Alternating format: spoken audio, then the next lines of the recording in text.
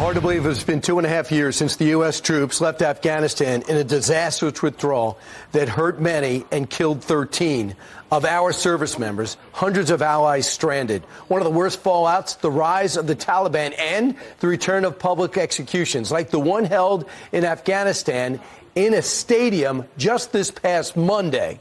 Our next guest knows all about fighting the war on terror. GOP Congressman and Iraq War veteran Cory sits on the House Armed Services Committee, and when we pulled out, he went back to help get our people out because the government didn't.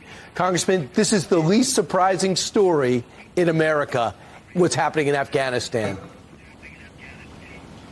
Well, not only is it the least surprising, but we witnessed this right after the Afghan botched withdrawal under the Biden administration and Secretary Lloyd Austin, where we had American Black Hawk helicopters flying around who had hung individuals that supported the U.S. for 20-plus years and flew them over the cities as a sign to tell them, I am coming for you. Look, this is something that should be so unsurprising whenever you talk about this safe haven of terror that's run by the Haqqani Network, the Taliban, and also ISIS Khorasan. The United States left billions of dollars in defense articles, and furthermore, since the 2021 withdrawal, Special Investor IG John Sopko says that he has actually found that we have still continued to send almost $8 billion, even though we know the country is under Taliban control.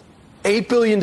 And guess what? Reports are Afghanistan has opened up training camps there again. So you could also argue, I think, without much effort, that if we don't leave Afghanistan the way we did, Putin doesn't surround and invade Ukraine, and it plays a role, I believe, in what's happening in the Middle East right now.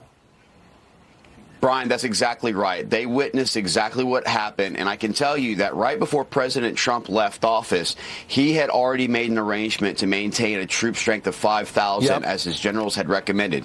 That same recommendation was made to Biden, and he ignored it because he wanted to play political optics. Now you've got billions of dollars in the hands, and we have created a safe haven of terrorism. And now, as Special Inspector General of Afghanistan Reconstruction said, John Sopko, $8 billion has continued to flow into the Taliban's hands from U.S. taxpayers.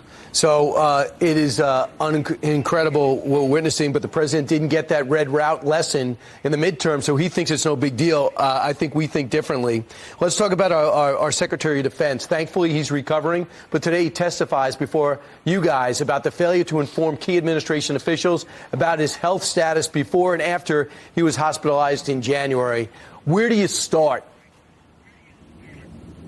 Well, look, the bottom line is that he actually failed executive order that is USC 5-3349. It's the notice of vacancy. Whether it's a temporary vacancy or whether it's a permanent vacancy, he has to notify the National Security Council as well as for the executive branch. And so he failed to do that. And not only did he fail to do it, he tried to cover it up. He had one of his aides call the ambulance, and on the call, he actually instructs them, can you please not do any lights and sirens? We don't want to bring attention to what is going on. That is an intentional cover-up. This dereliction of duty that has occurred since he has been in office, whether it is the 41,000 recruitment shortage that we have across our armed forces, his inability to get status of forces agreements in areas that he's trying to maintain troops, whether it be the 2021 Afghan botched withdrawal.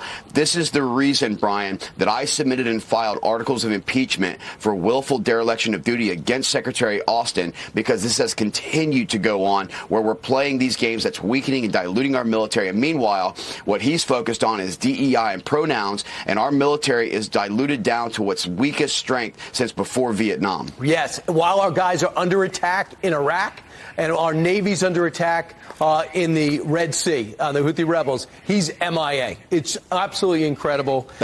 And I don't think I'm sorry is good enough. Thanks so much, Congressman. I appreciate it.